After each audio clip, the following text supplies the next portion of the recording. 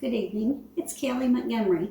I'm the assistant principal at Cane Creek Elementary, and this evening my friend Huckleberry and I are going to read chapters 3 and 4 from the book Wish by Barbara O'Connor for our One School, One Book event.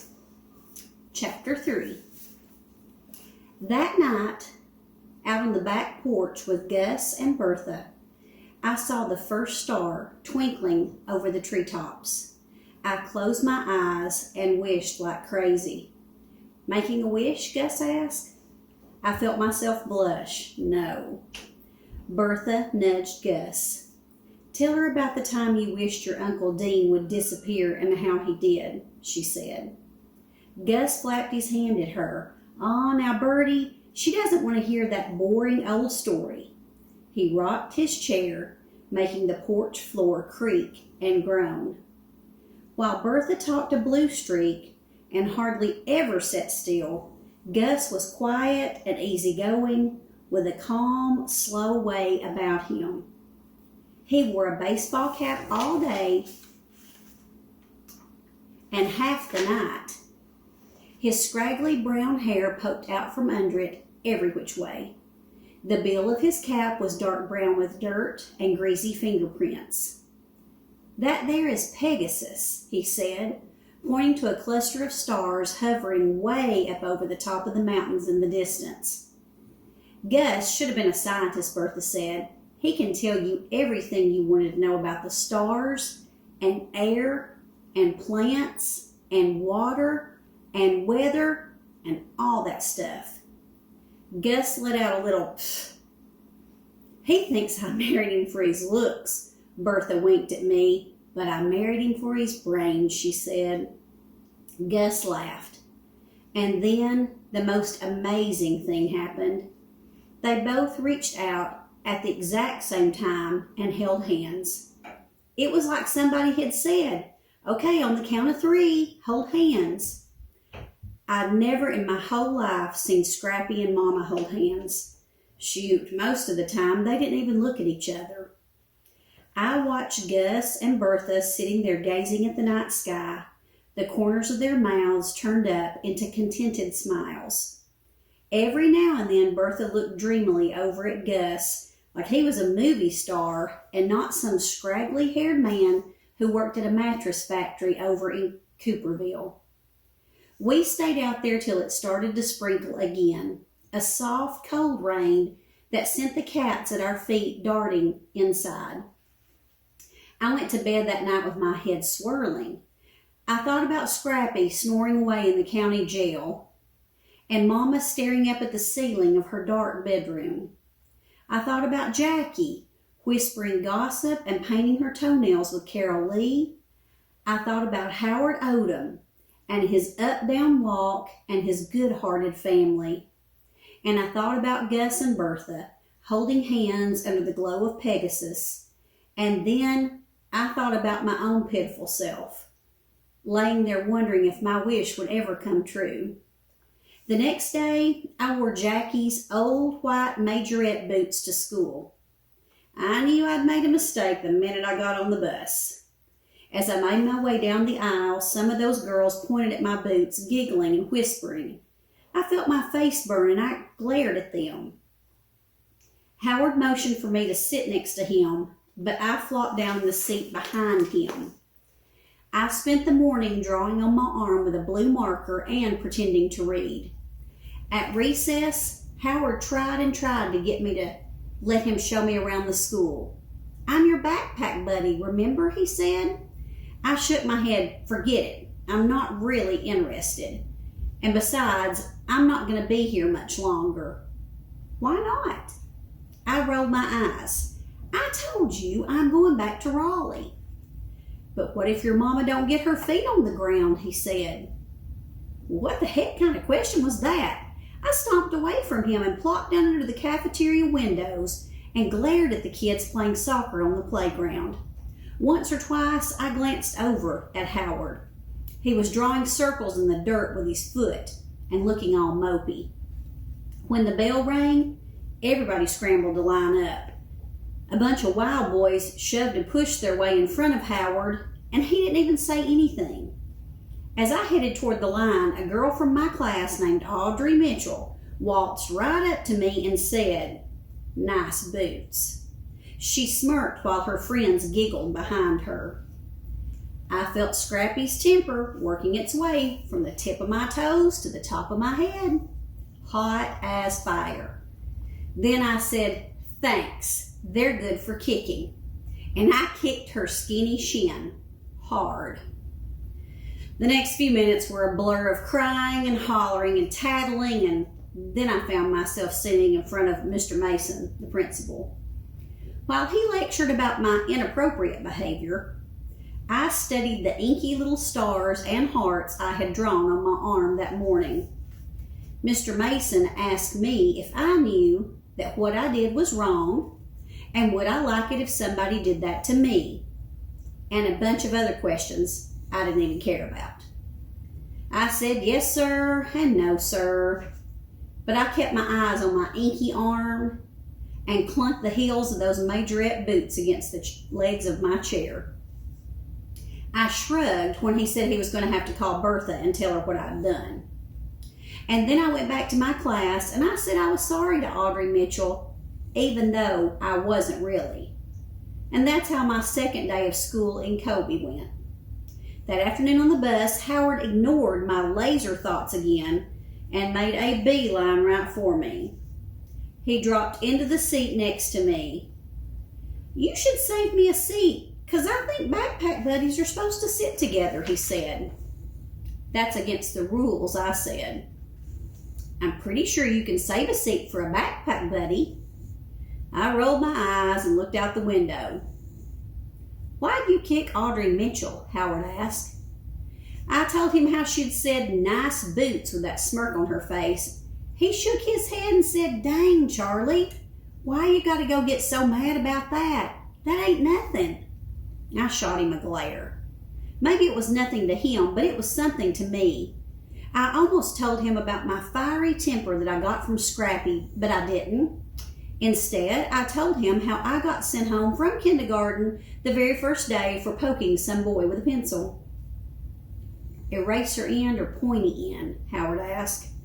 "Pointy." "Dang, Charlie." I shrugged. "I know, but I was mad."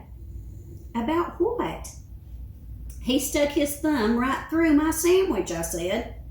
Howard shook his head again, making his red hair flop down over his glasses. "Here's what you do from now on," he said.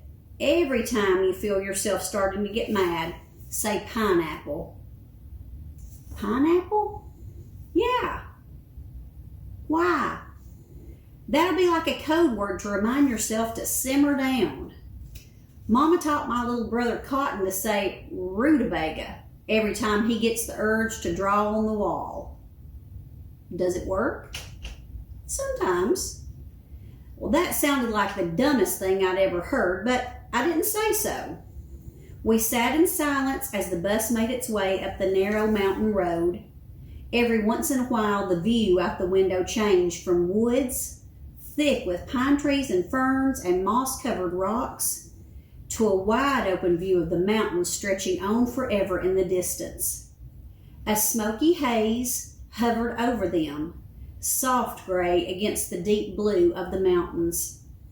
"That's why they're called the Blue Ridge Mountains," Gus had told me the first day I got to Kobe, "'cause they're blue." Then he had gone on to explain how the color was because of something the pine trees released into the air. I didn't know what the heck he was talking about, but I nodded like I did.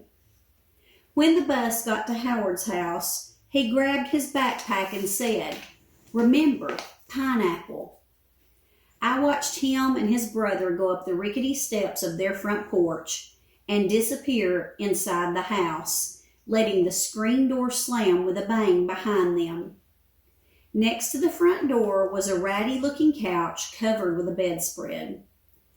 Wilted yellowing plants and dried-up flowers planted in old coffee tins lined the edge of the porch.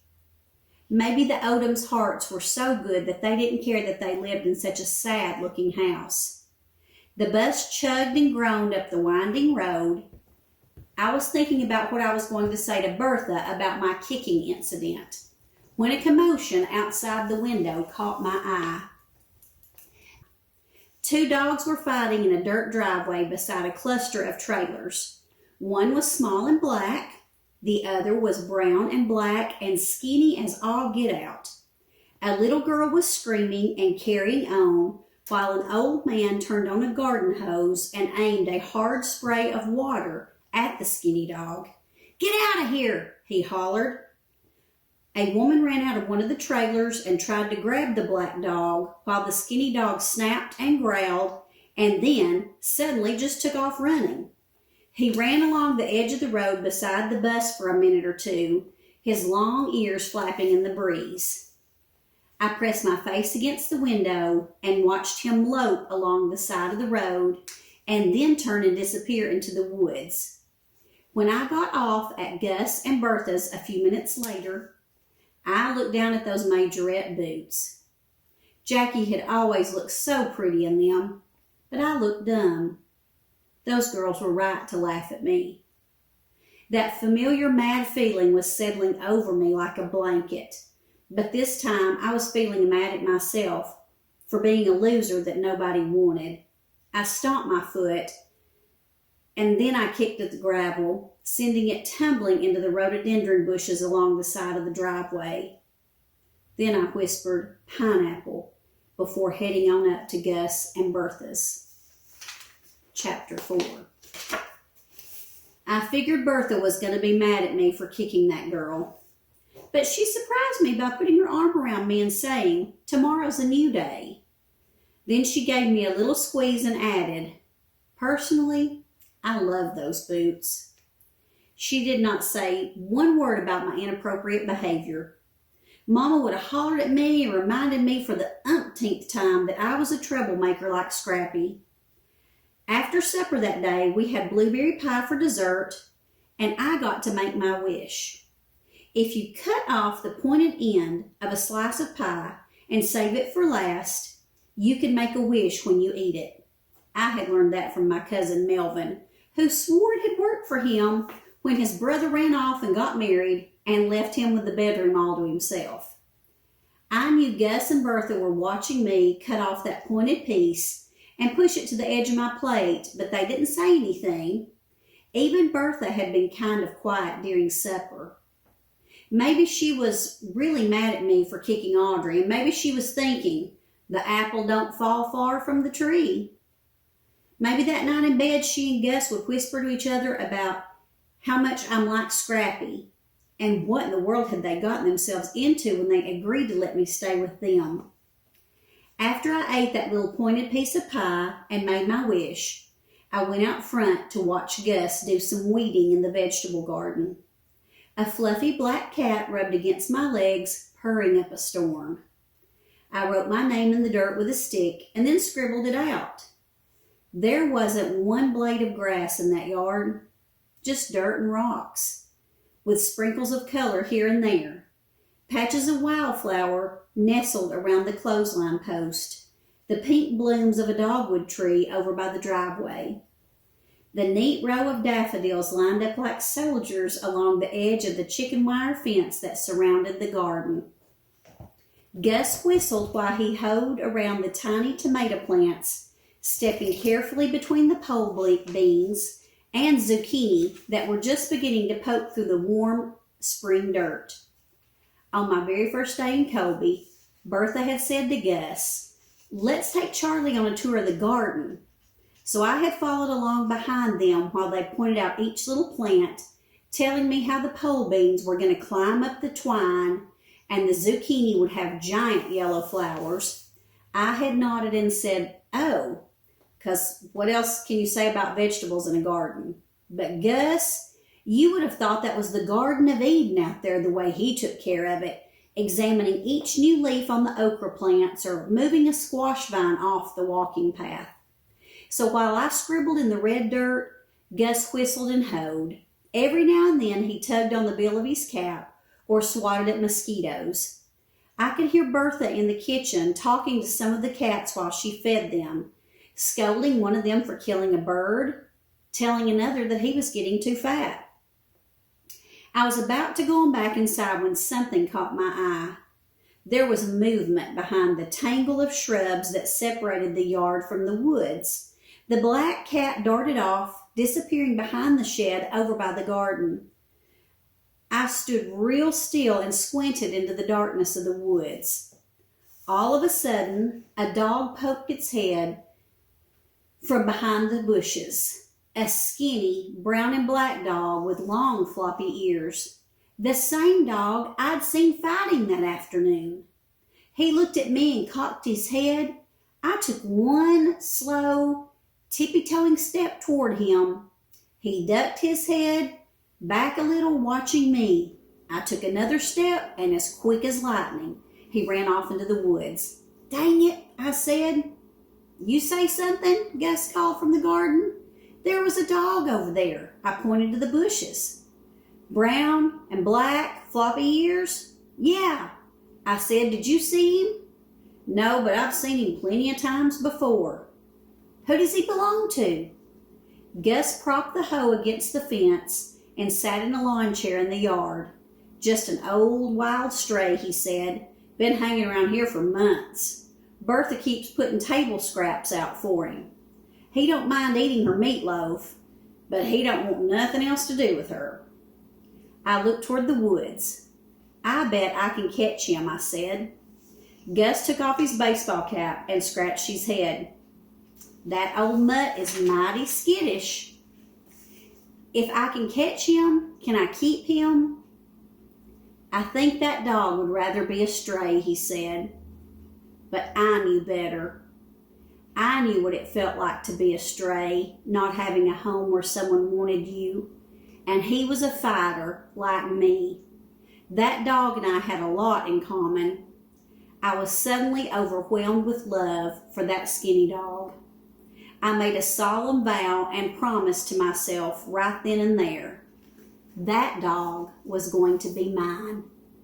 Thanks for reading with me tonight. I hope you enjoyed chapters 3 and 4 from our book that we're reading together this year, the book Wish by Barbara O'Connor. We'll see what happens in the next chapter. We'll see if she manages to get that dog to be her friend. Have a good evening with your family.